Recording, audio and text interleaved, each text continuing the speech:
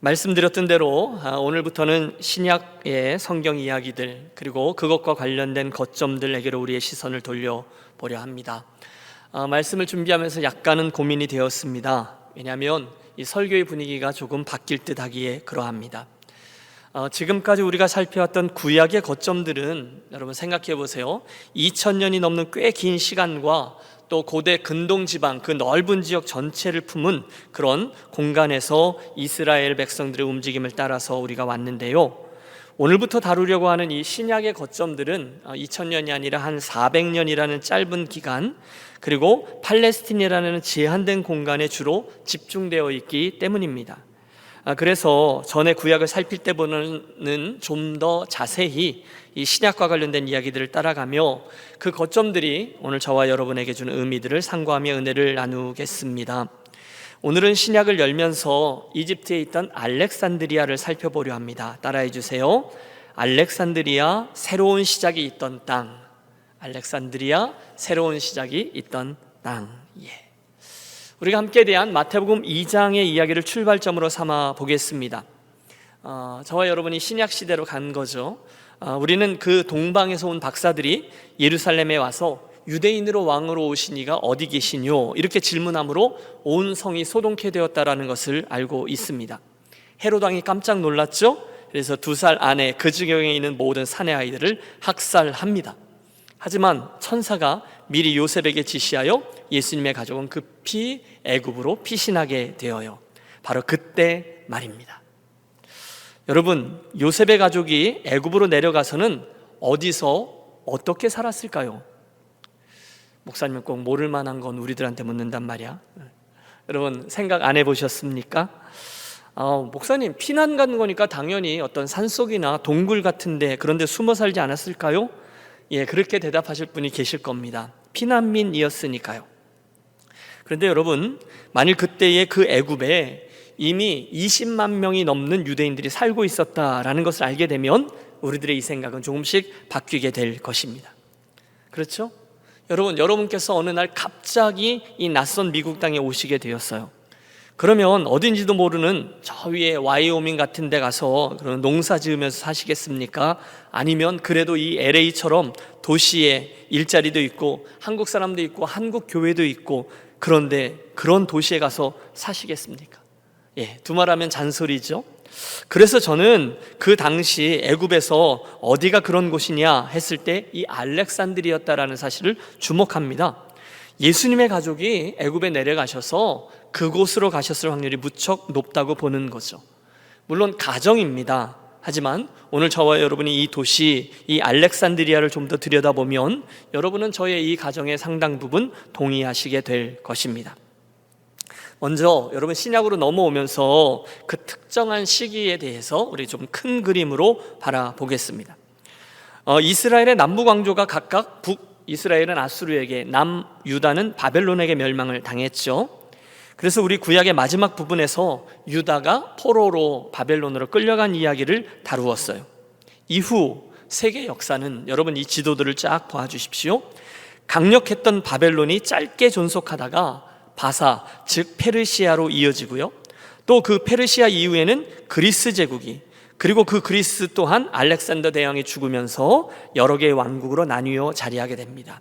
그리고 나서 한참 후에 로마가 이 제국의 패권을 잡게 되죠. 로마의 첫 번째 왕조였던 가이사 아구스도, 세계사에서는 줄리아스 시저인데요, 온 제국에 이렇게 명령합니다. 천하에 호적하라. 여러분 어디서 많이 보셨죠? 성경에 나오는 이야기입니다. 그래서 요셉과 마리아가 드디어 베들레헴으로 내려가 예수님의 탄생을 맞게 되었습니다.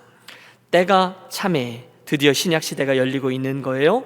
그래서 여러분 성경에 보면 구약의 말라기 4장의 맨 끝이 맞춰지고 신약의 첫 장인 마태복음 1장으로 넘어올 때 성경은 이 종이 한 장 차이이지만 세계사에는 약 400년 동안 어마어마한 제국들이 바뀌는 변화가 있었습니다. 우리 이것을 신구약 중간기라고 불러요. 자, 이게 세계고요. 그 다음은 우리 유다 땅을 한번 보시죠. 그리스의 알렉산더 대왕이 죽은 후에 먼저 이 유대 땅을 다스린 곳은 프톨레미 왕조였습니다. 지도를 보시면서 따라와 주세요. 그 프톨레미 왕조는 비교적 신사적이었어요. 피지배국에 특별히 유다와 예루살렘에 있던 이들의 율법, 그리고 하나님 신앙, 유일신 신앙 이것들을 비교적 봐주었는데, 존중했는데, 나중에 이 유대를 다스리게 된 동쪽의 셀루코스 왕조가 문제였습니다. 나라의 정책을 확 바꾼 거죠. 유대 땅이라고 다르냐? 거기도 마땅히 우리들의 헬레니즘을 따르게 해야지, 다른 데처럼 거기도 다 헬라화 시켜, 이렇게 된 겁니다. 갈등이 생기지 않을 수 없는 거죠. 특별히 그 셀루코스 왕조의 안티코스 4세라는 인물은, 그래서 어떤 이들은 성경에 나오는 적그리스도가 그다라고 이야기합니다. 그는 예루살렘 성전 안에다가 제우스 신전과 제단까지 만들고 유대인들이 가장 부정하다고 생각하는 돼지까지 잡아서 거기서 제사를 지냈습니다. 그렇게 하면서까지 그 유대를 헬라화시키려고 했던 거죠. 핍박이 대단했어요. 아이들 중에 할례를 행한 아이가 발견되면 모든 가족들과 그 할례를 행한 사람까지도 다 죽였습니다. 결국 반발이 일어나서 유대는 마카비 왕국이라고 해서, 마카비 가문이죠, 그들이 혁명을 일으켜 성공해서 잠깐 하스몬 왕조라고 독립국가가 서게 됩니다. 그러면서 제국의 세력은 로마가 패권을 잡고 로마가 자연스럽게 유대 땅을 속국으로 편입하게 되어집니다. 또 동시에 그 유대 나라에 있었던 잠시 독립국가 하스몬 왕조 또한 안에서부터 무너져 내려 결국 그 땅에 혜성과 같이 나타난 이방인 출신 왕 헤롯 가문에게 모든 권력을 빼앗기고 말아요. 그래서 예수님께서 유대 땅에 오실 때에는 로마에서 내려온 총독 빌라도죠, 그리고 이두메 출신인 헤롯 왕, 이 두 사람이 함께 유다를 다스리는 형국에 이르릅니다. 자, 여러분, 서론이 길었는데요, 바로 그 시기에 오늘 저와 여러분의 눈은 신약을 열면서 유대에서 볼 때는 저 남서쪽에 있는 애굽 땅 북아프리카로 향합니다. 목사님, 아니 무슨 세계사 시간도 아니고 오늘 왜 이렇게 굳이 이 성경에도 나오지 않는 알렉산드리아까지 알아야 합니까? 이렇게 물으실 분이 계실지 모르겠어요. 그런데 여러분, 제 의도를 꼭 알아주세요. 여기는 성경의 시대적 흐름을 쫓아가는 우리들이 반드시 살펴야 될 거점 맞습니다. 왜냐하면 예수님 당시의 세상, 특별히 이 신약 성경을 이해하려면 우리 반드시 그 온 세상, 그 당시의 온 세상을 품고 있던 시대사죠, 헬레니즘과 그 중심 도시인 알렉산드리아를 알아야만 해요. 여러분, 종종 헬레니즘이라는 단어를 들어보셨을 거예요. 헬레니즘은 그리스의 그 알렉산더 대왕이 어마어마한 정복자였잖아요. 정복하여 가는 곳들마다 이 새로운 삶의 양식들을 만들고 전파했습니다.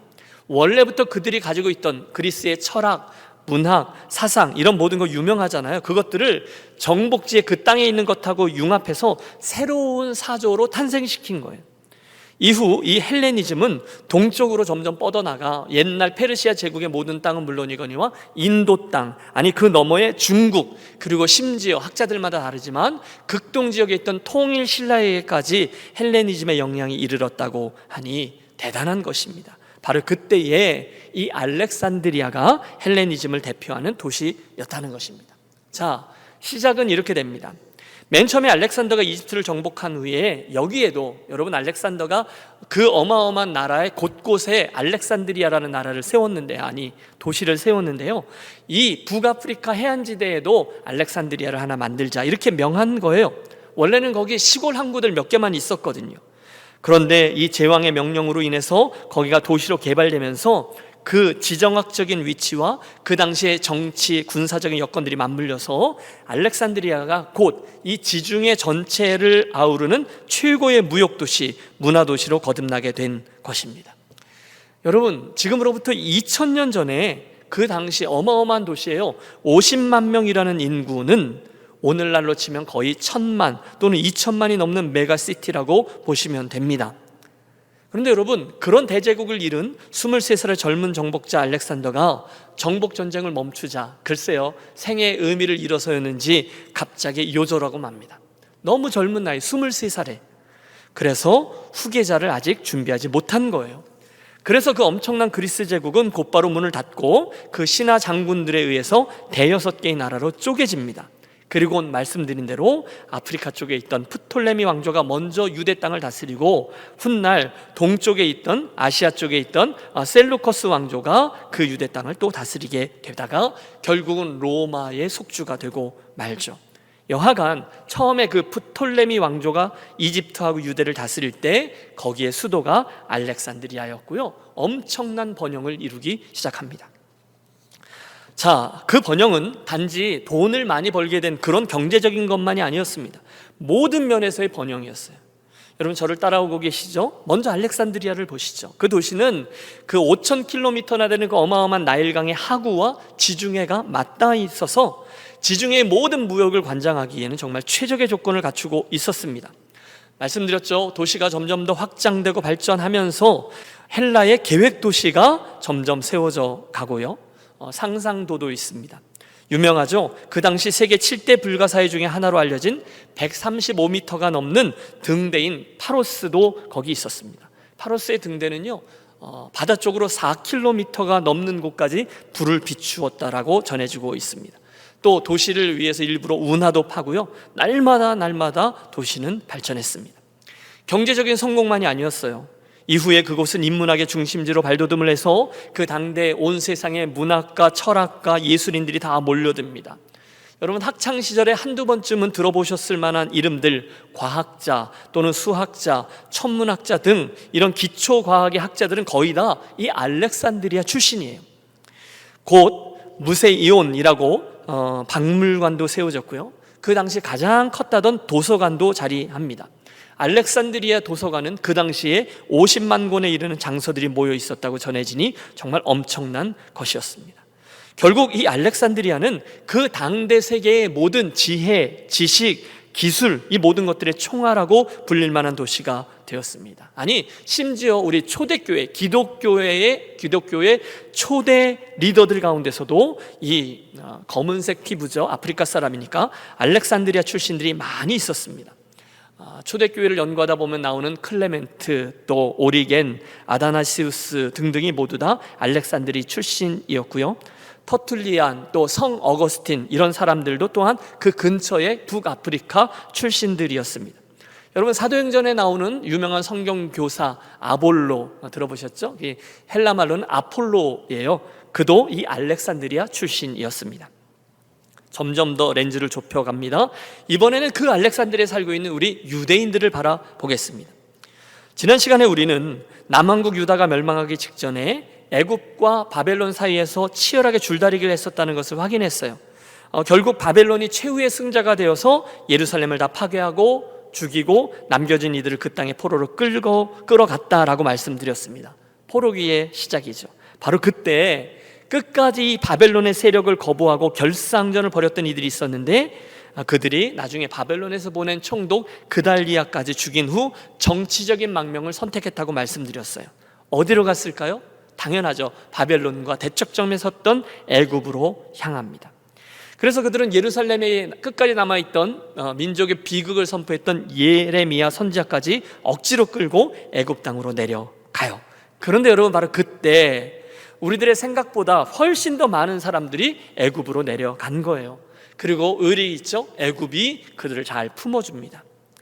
그러고 보니 이 디아스포라 시대는 동쪽 바벨론으로 끌려간 사람들뿐이 아니라 서쪽의 애굽으로 이주한 사람들까지 포함해야 하는 것이군요. 여러분 놀라지 마십시오. 그렇게 정치적인 망명을 택한 사람들, 그리고 또 나중에 이 프톨레미 왕국이 그 시리아와 유대 땅과 전쟁하면서 거기서 잡아온 사람들, 그리고 나중에 이 프톨레미 왕조가 굉장히 관대했다고 말씀드렸잖아요. 그 관대함에 매료돼서 스스로 이주해온 사람 등등해서 당시 50만 명 정도 되는 알렉산드리아라는 도시 인구 중에 12만 명이나 되는 유대인들이 살게 되었다는 거예요. 여러분 놀랍지 않습니까? 도시의 거의 5분의 1도 더 되네요. 그죠? 거기에 50만 명 중에 12만 명이나 되는 유대인들이 거기에 살고 있었다는 거죠. 그래서 프톨레미 왕조는요, 그 거대한 알렉산드리아 땅의 동쪽을 아예 이만큼 띄워줘서 유대인 지역으로 삼아 주었습니다. 결국 비록 나라는 잃긴 했지만 알렉산드리아 유대인들은 나름대로 거기에 자리를 잡아갑니다. 나중에 바벨론으로 끌려갔던 사람들은 스룹바벨의 인도하에 다시금 회복되어 돌아와서 성전도 짓고 다시 유대 땅에 살죠. 그러나 애굽 땅으로 내려갔던 사람들은 돌아오지 않고 그 땅에 정착합니다. 자, 신약으로 넘어오면서 우리가 가장 먼저 주목했던 알렉산드리아는 지금까지 말씀드린 이 여러 이유들로 인해서 당대 가장 주목받는 도시가 되었습니다. 여러분, 2000년도 훨씬 더 넘는 때였거든요. 그런데 그 시절 벌써 135m나 되는 등대를 세우고요, 운하를 파고 도시를 계획해서 조성하고요, 세계에서 제일 먼저 박물관도 세우고 도서관까지 세웠어요. 그만큼 알렉산드리아는 당대 헬레니즘의 모든 지혜, 또 지식, 기술, 모든 것들이 집약된 야심, 욕망의 도시였습니다. 정말 최고의 도시인 거죠. 그런데 여러분, 오늘 우리가 이 거점에서 첫 번째로 상고하려고 하는 바는 그 화려했던 도시 알렉산드리아의 영화가 결국 한순간에 다 사라지고 말았다는 것입니다. 다시 말씀드리죠. 알렉산드리아는요, 정말 모든 면에서 화려한 도시였어요. 세계의 제국인 그리스의 패권을 계승했죠. 실제로 지중해의 모든 무역들을 관장했다라고 했어요.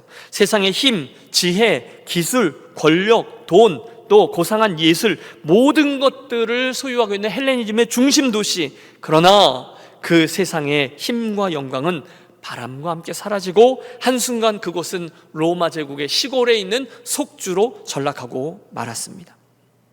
그것이 알렉산드리아라는 도시가 가진 번영의 한계였어요.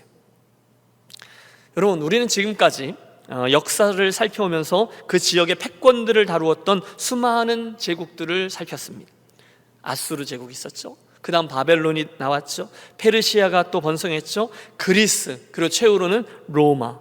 하지만 여러분, 아무리 강대국이 나타나고 아무리 영웅들이 나타나고 사라지고 또 그들이 막 앞에서 이렇게 힘자랑하며 높아지고 낮아지고 다 하는 듯 보이지만 결국 우리는 이 세상의 권세를 주셨다가 거두셨다 하는 분은 오직 우리 하나님 한 분이라는 사실을 믿습니다. 여러분, 시편 75편의 말씀을 들어보세요. 내가 오만한 자들에게 오만하게 행하지 말라 하며 악인들에게 뿔을 들지 말라 하였노니 너희 뿔을 높이 들지 말며 교만한 목으로 말하지 말지어다. 같이 읽으실까요? 물은 높이는 일이 동쪽에서나 서쪽에서 말미암지 아니하며 남쪽에서도 말미암지 아니하고 오직 재판장이신 하나님이 이를 낮추시고 저를 높이시느니라. 믿습니까? 지난 주간에 우리에게 전해진 뉴스 중에 전쟁 소식이 있습니다. 아르메니아에, 그리고 또 그 옆에 있는 아제르바이잔에서 일어난 전쟁이죠. 여러분, 지금 지도를 보세요. 그것도요, 우리가 한참 이야기하고 있는 바로 이 제국들의 전쟁터였어요. 그 땅이, 지금 전쟁이 일어나고 있는 그 땅이 우리 기독교 사회에도 엄청나게 중요했던 땅이에요. 동서가 만나요. 세계의 패권들이 늘 부딪혀요. 지금까지도 그 일들은 반복되고 있습니다. 늘 변합니다. 우리는 어떻습니까? 여러분, 우리들의 고국인 대한민국 얼마나 복잡한지 몰라요. 여러분, 미국은요, 말도 마세요. 여러분, 지금 미국의 대통령 새로 뽑기 위해서 얼마나 애들 쓰고 있습니까? 복잡합니다.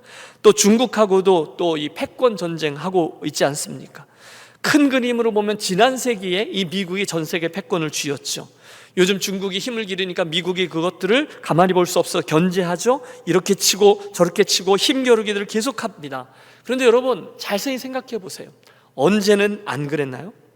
그런 씨름이 없었던 적이 있었습니까? 없었습니다. 여러분, 여기에 부인할 수 없는 사실이 있습니다. 그것은 아무리 힘이 세고 아무리 높다 해도 결국 이 모든 힘들의 한계를 정하시고 움직이시는 분은 우리 하나님이시라는 사실이죠. 그것을 기억할 때 우리들에게 참 지혜가 임하고 우리 겸손히 행할 수 있습니다. 그러므로 이런 시기에 사랑하는 여러분, 우리 여호와를 경외하며 그분 앞에서 겸손히 행하는 저와 여러분, 그리고 저와 여러분의 나라가 되도록 함께 기도하며 애를 쓰겠습니다. 그분을 주목하는 거예요. 세계의 역사가, 세계의 권력이, 패권이 여러분 그것 말고 그분이 행하셨던 모습을 보고 배우자는 겁니다. 함께 기억하겠습니다. 우리 기독교는요, 결단코 힘 자랑을 하지 않습니다. 물론 자기 주장을 할 수 있죠. 바른 말을 할 수 있죠. 그러나 결단코 폭력적인 행태를 취하면서 주장하지 않습니다. 십자군 전쟁은 아무리 봐도 성경적이 아니에요. 십자가의 영성만이 성경적입니다. 무엇입니까?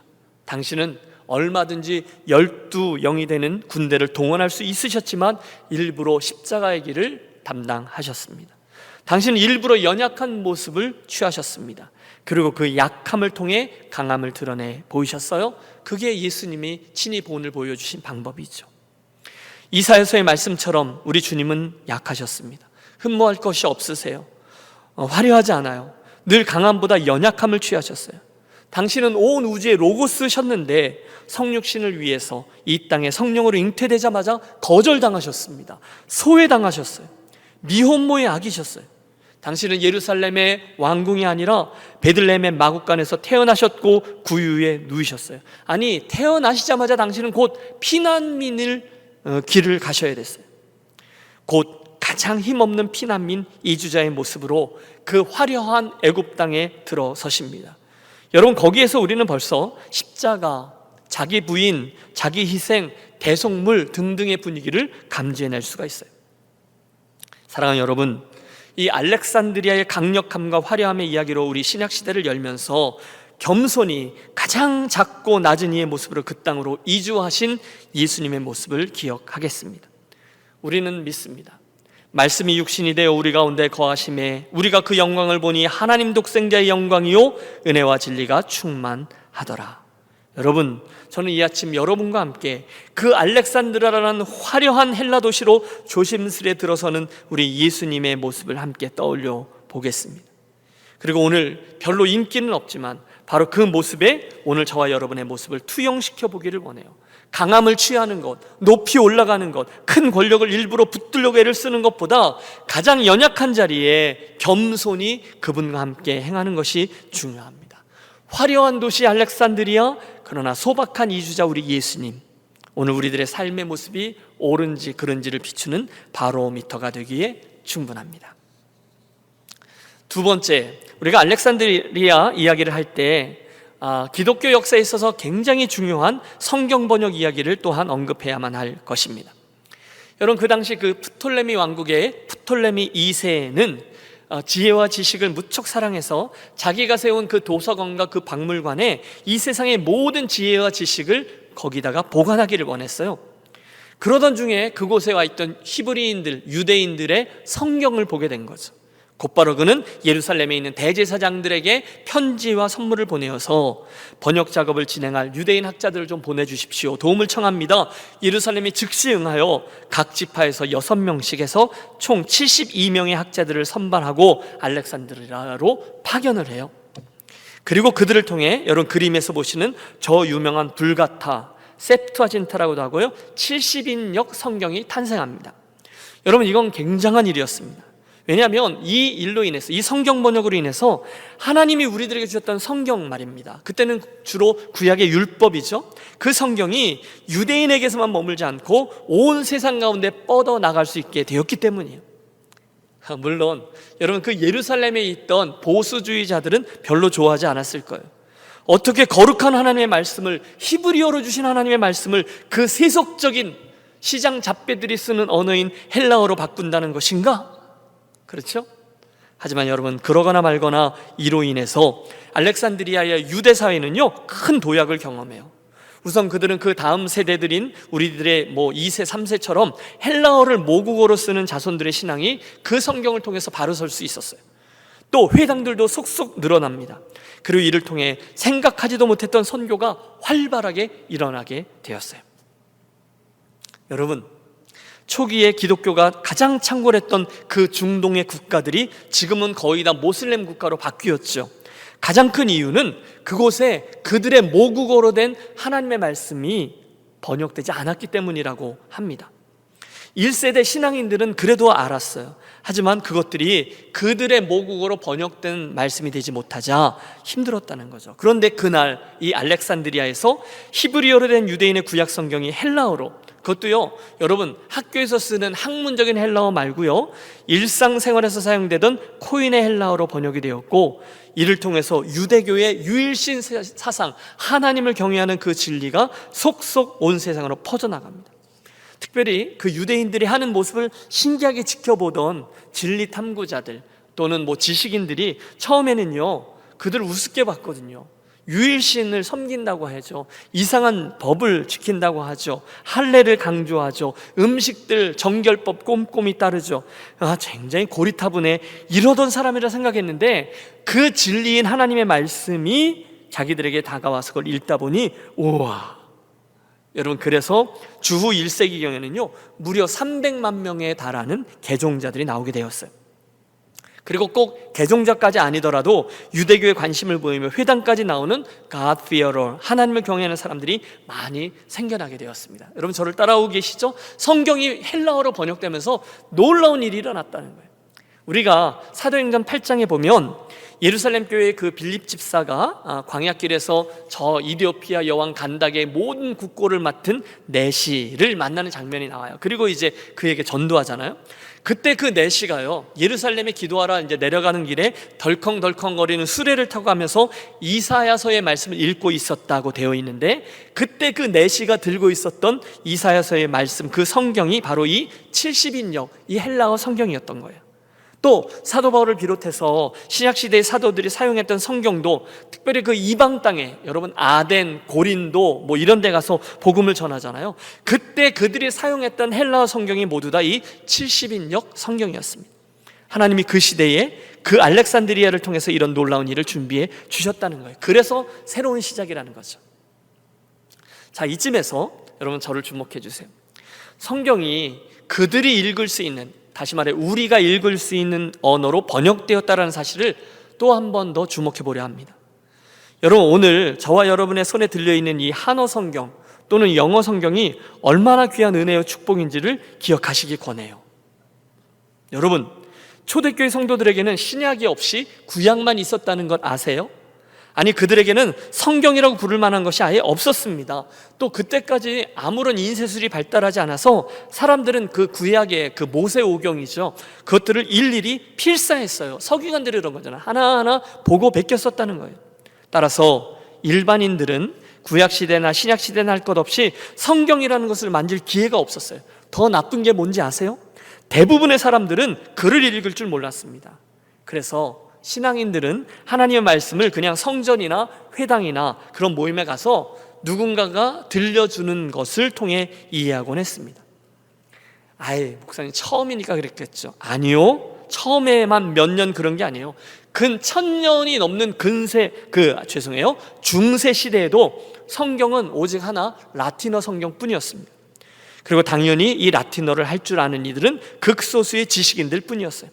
여러분, 카톨릭은요 이 성경을 아무나 읽을 수 없도록 금서로 지정해서 신부들의 전유물로만 머물게 했고요. 그래서 여러분, 그 종교개혁의 선구자였던 마틴 루터도 21살에 그가 수사가 되기 전까지는 성경을 읽을 수가 없었습니다. 지금 이게요 16세기까지 이야기입니다. 라틴어 외에 다른 언어로 성경을 번역하면 바로 화형에 처해졌습니다. 교회에 가야만 성경을 들을 수 있는데 그것도 라틴어로 하는 성경을 들을 수 있었어요. 그러니 여러분, 누가 그걸 이해할 수 있었겠어요? 성도들은 교회에 가서 예배드린 게 아니라 예배를 구경하는 수준이었습니다. 지금도 동방정교회는요 예배를 드리는 게 아니에요, 사제들이 예배를 드리는 것을 바라보는 거예요.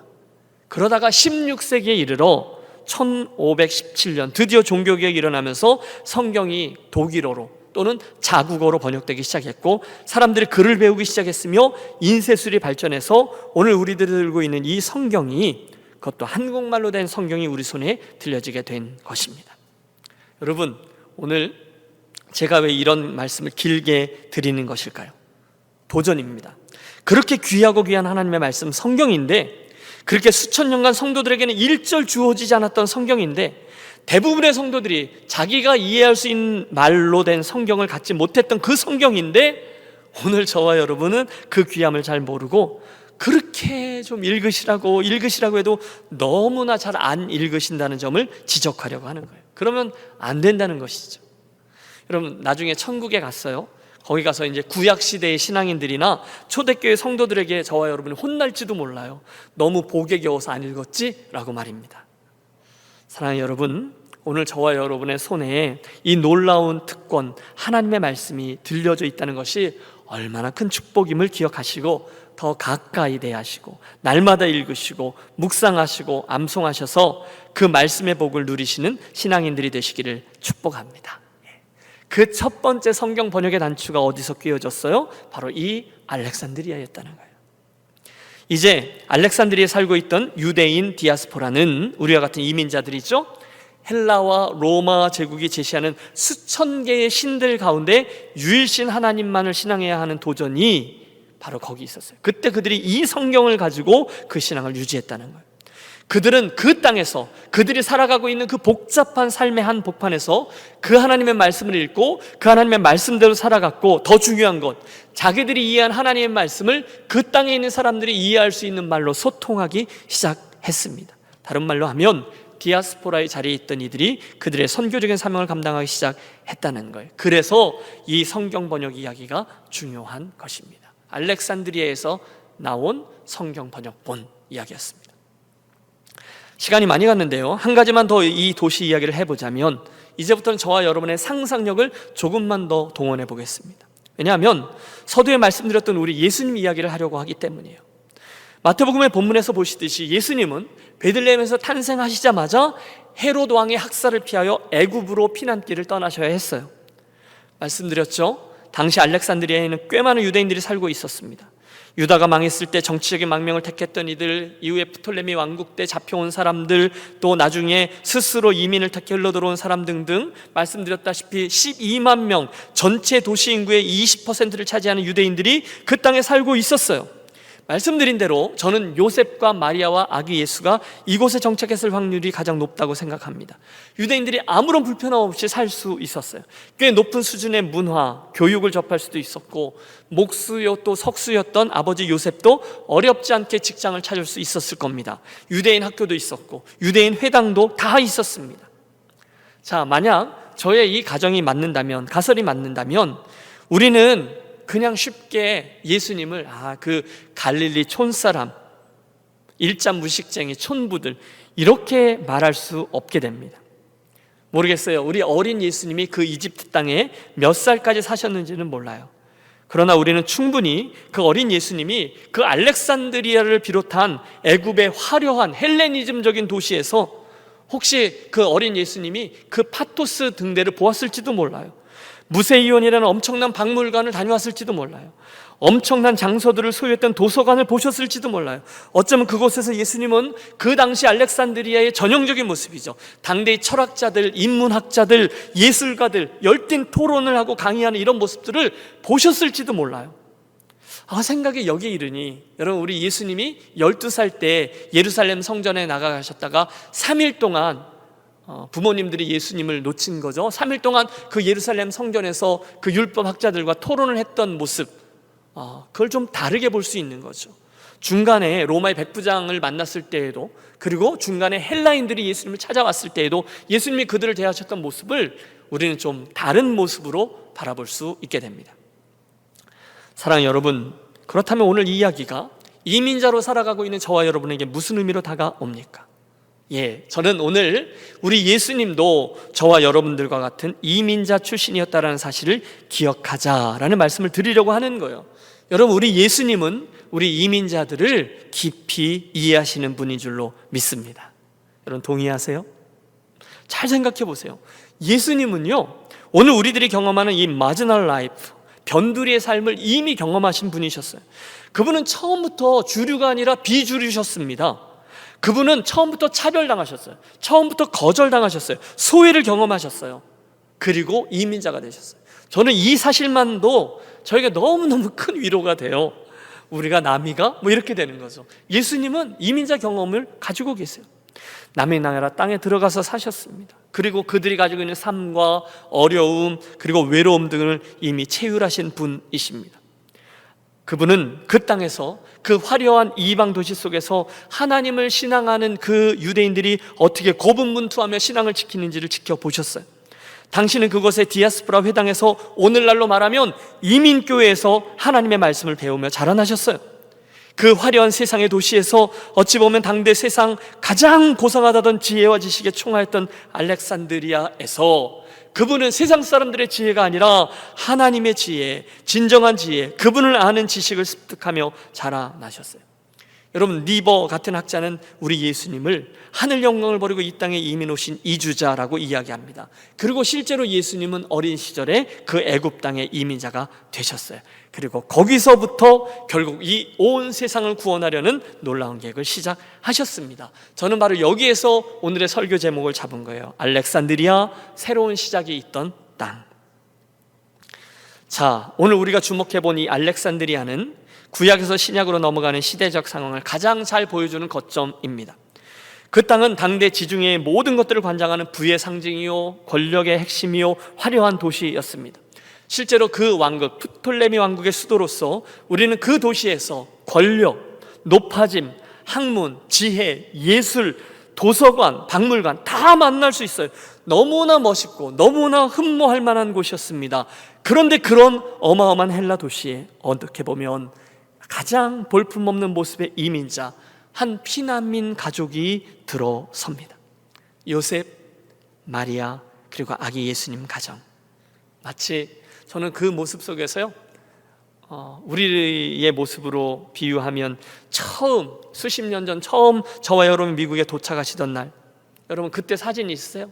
그 덥수룩한 머리 스타일, 또 눈 뜨고 볼 수 없는 쫀스러운 차림새, 그리고 어디서 구했는지 기억도 나지 아니하는 그 꾀재지한 이민 가방, 그리고 잠시 후에 정신도 못 차린 채 냄새나는 그런 중고차에 실려서 도착한 낯선 아파트에서의 첫날 밤, 저는 그 모습에서 딱 우리 요셉과 마리아와 아기 예수님의 모습을 봅니다. 우리는 예수님의 친구예요. 놀랍게도 그 가장 낮은 이민자의 자리에서 하나님 그 놀라운 구원의 역사의 이야기가 시작되고 있어요.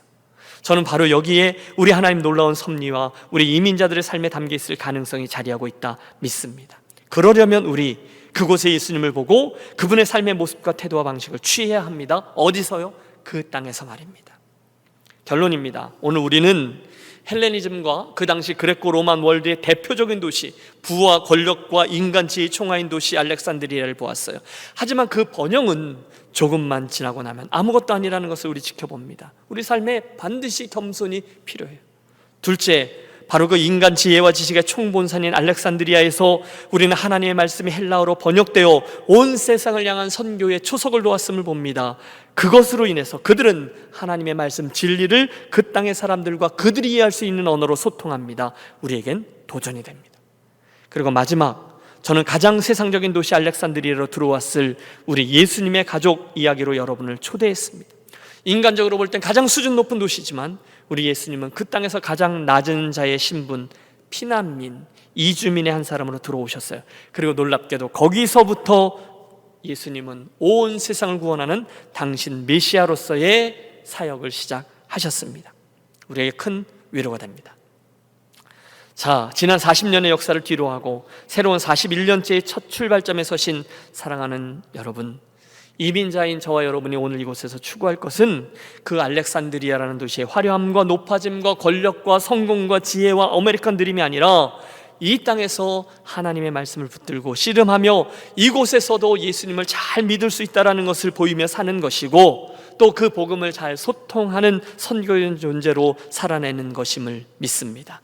그때 우리는 자그마한 이민자의 한 사람이지만 그 애굽 땅에 들어와서 당신 놀라운 구원 사역의 첫 발자국을 뗀 예수님의 진정한 친구가 될 수 있는 것이죠. 때가 참에 그분이 이 땅에 오셔서 가장 먼저 애굽의 이민자가 되셨습니다. 오늘의 우리처럼 말입니다. 기도하겠습니다.